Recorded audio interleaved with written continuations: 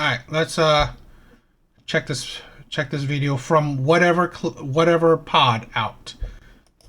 You were saying something about, well, if you have been with all these people, then I'm just asking why your preference is that if you've been with, like, well, who you knows don't, how you many don't, you people don't you've know. been. You I mean, don't I know. don't, but I'm saying. But like, you're okay, sure. So let's say I did have a high body count, right? Yeah, So you're saying, well, Brian, you shouldn't have this preference for women who have a low body count. Is that kind of? No. I'm Argument. asking why is it your preference? Oh, why is it my preference? Like, why do you specifically want a woman like that? With low body count? Yeah. I'm gonna defer to Q on this because Q.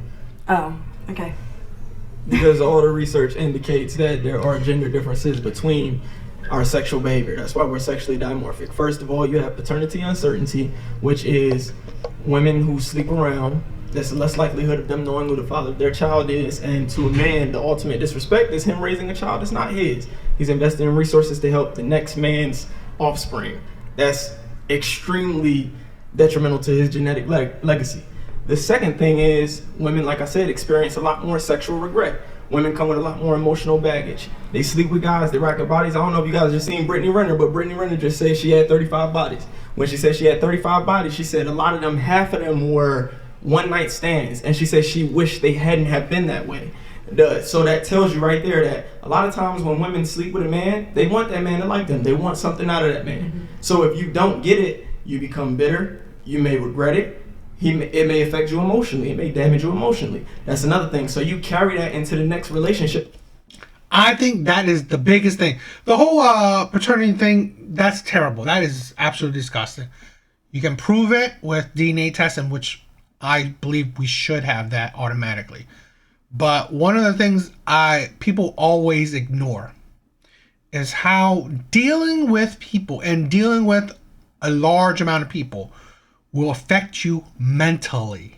It makes you more jaded, makes you distrusting, it makes you, like you said, bitter. It will affect you. The more people that comes in and out of your life, it's not gonna be a good experience, or there will be plenty of times it will chip away at you. Now, I've said this before. I think high body count for men and women is not a good thing. Men and women. The difference is because again, for men and women, it will affect you mentally. Things like this, right? You have one girlfriend, she breaks up with you. You have another girlfriend, she breaks up with you. You have another girlfriend, she cheats on you. Or you have another girlfriend, you leave her, but it was a heartbreak. All these things, all these situations, they will affect you. Maybe a little bit, but all these little amounts, right? All these little bits, well, they add up over time. So as, let's say, for a lot of people, and in many cases women, dealing with so many bad men will make you, like, let's say you distrust people, you distrust men, or you hate men, or you have insane expectations for men. So the good guy that could possibly be the good one, a great match for you, well, you probably turned him off. You are probably a red flag to him because of all these hang-ups, insecurity, these mental health issues that you have. And that could affect men too. But the difference is men care about a woman having a low body count because, again, all these reasons, right, affects her mentally and all this stuff. While women don't care. Women want men technically with a high body count. Why do I say that? It's because a lot of times women want men that are the charming ones, the tall ones, the good looking ones, the athletic ones, the financially well off ones. Men that are highly desirable. So the men that are highly desirable, obviously, they've been with a lot of women. It's very rare to find a highly desirable man that's a virgin. Okay, so really, highly desirable comes hand in hand with a man that has a high body count. Now, I'm not saying it's, 100%, but more often than not, a man that's highly desirable, well, a lot of women desire him, and he will take up those options. So technically, women like men with high body counts. Now, it's not like you should tell her to her face how many women you've been with. That will lead you to no sex. So, yeah. But those are the key things. Those are the differences between men and women. Men know that. Men like a good-looking woman, but men know that these good-looking women most likely have been with a lot of men. So, in turn, these good-looking women, a lot of times, just become, playthings for men. That you're in. So now those guys are wondering why you are the way that you are, when in reality it's just because you don't feel valued. You don't feel validated. You gave your body to a man who didn't appreciate you, who didn't give you what you want. You knew what you wanted out of it. You didn't get it. So you feel some type of way. I agree with you. The next thing Like is the orgasm gap. Men have an incentive to want to procreate because we orgasm 99% of the time when we have sex. The majority of women do not orgasm when they have sex. So what did you just do? You just wasted your time. Also, women describe sex is better when they like the guy. They're attracted to the guy. Yes. So if you sleep with a man that you don't know, you might feel some type of way, yucky, or I wish I hadn't done this. You experience sexual disgust. So there's differences. All the research aligns with what y'all call the double standard, and that's why I say it's not a double standard. It's different standards because the standard sexual behaviors y'all exhibit are not the same standard of sexual behaviors that men exhibit. But then you could also argue that stats prove that pair bonding happened for both men and women. The higher the body count a man has, also the less likely he is to pair bond. Butler donated $99. Contract HIV. Jay Butler is he's a anti-herpes activist, and he's in here every week just going hard on the herpes train. So he does raise a very good point about, let me just see here, having herpes. It's a good point. So, okay, we're one by one, and we'll come back to the body count thing. Actually, that part, right? The sexual transmitted disease. I recently, a little while ago, was talking to a woman.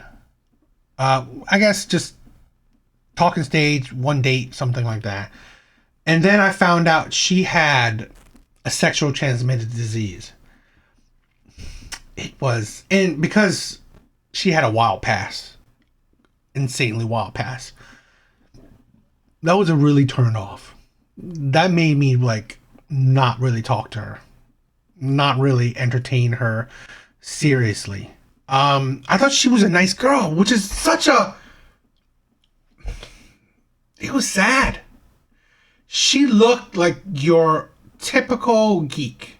She was you look at her, I looked at her and I thought she was a geek, shy girl, sweet girl, maybe your girl next door thing. And to find out that her past is like drugs, orgies, a lot of sexual partners, it's like, what? I was like, damn, you can't trust women even by what you see. It's like, wow. I mean, I couldn't do it. It's like, seriously? More sexual partners than me, a wild past, and now she's suffering from those consequences now. And I was like, damn. Actually, or you want? Let's have. Did you want to finish your point before we go on to the? I was finished. She was saying something about pair bonding. I was just going to pair bond. that. Yeah. You were saying something about that? No, I was saying the argument is that because he's saying that men and women have different reactions when it comes to sexual promiscuity in that sense. But stats actually show that pair bonding is something that negatively affects both men and women the higher your body count is. So it is harder for a man to actually find someone too long term. The pair bonding, it affects us both. My understanding though is it's more pronounced in women. It affects women to a higher degree than men. Do you know why? To a higher degree, but I'm saying it happens for both. You're saying it only happened to women. No, I didn't. I never said that. I never said that at all. You just said that. How dare you say that? But that's what I was saying. Now, yes, pair bonding it happens to a higher degree for women. Why I say high body count for men and women is not a good thing. But the counter to it is that that's reality. Women want men that technically have a high body count. Plain and simple. She's not going for the man that looks like the virgin, looks like he's not that popular, looks like he's undesirable. She's not going to go for that type of man. She will go for the man that's in the VIP section with tons of women around him. She will go for the athlete, the rappers, the entertainers, the men that's driving a Lambo, men that's driving, I don't know, Bugatti, whatever. She will go for the men that looks like he's been with a lot of women, or looks like he can. And most likely, he has. So, it's just the difference in reality. Yes, pair bonding is important. And it happens for both. Because high body counts, like I said, it will affect you mentally. Men and women. The issue is that women desire men with high body count. How dare you? You were gonna say though why? Yeah, I was gonna say, do you know what promotes pair bonding? Do you know the hormone that's involved in that? Oxytocin. Exactly. And who typically releases more of that? Women. Exactly. Is that simple? Oxytocin and dopamine are, people. It's oxytocin and vasopressin. But vasopressin, it makes us territorial. You know, oxytocin is what bonds us. And you release that during childbirth, during breastfeeding, when you're hugged, when you're touched. Women release oxytocin a lot more than men do. There was a TED talk on this, and I can't remember the names of the different chemicals released in your body, but the studies showed that yes, women release this like love hormone when they have sex, but men don't. So men typically, when they have sex with a woman that they're not committed to, they might not be interested in her anymore. They might like fall out of love, whatever. Yeah. But so for men, when men start producing the love hormone, it's once they are committed. It doesn't have to be, and in the TED talk they said it doesn't have to be like you propose or you're married, whatever, but you have to have a certain like commitment to this woman. Like you have to decide for yourself, and that's so it is different for men and women. Mm-hmm. Yeah. She's correct. I think it's like the matter of who views sex as a commitment. I feel like women generally Definitely view women. sex as a commitment in just a broad, like in a big. And that's the thing. A woman that doesn't view sex as a commitment, which I honestly believe a lot of modern women don't, is broken. It is broken. Women that view sex as just lust, as just getting a nut off, in my opinion, they're broken. They, throughout their experiences, right, when they first had sex or whatever, during that period, they got broken. So now, those women are pretty much just men in the sexual context, right? Where now they're just getting their nut off. And that is sad. That is sad.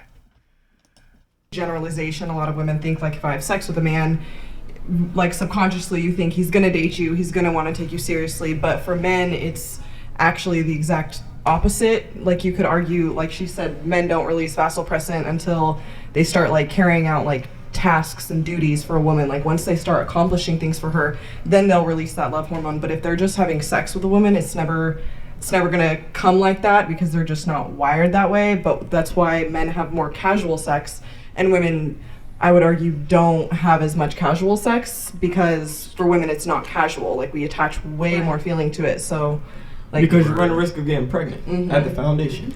Well, that's part of it, but it's also like the quote: "Women give sex for love, and men give love for sex." yes. Word.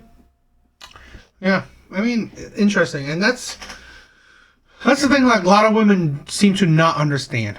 Especially a lot of these modern women, where when women think so little of sex, like, I'm just having sex with these men, like it's nothing. Without wanting commitment, she's sexually broken in the mind. So there's a high chance that she would cheat on you, she will leave you, You know, she'll just look for other options. So that's something to think about.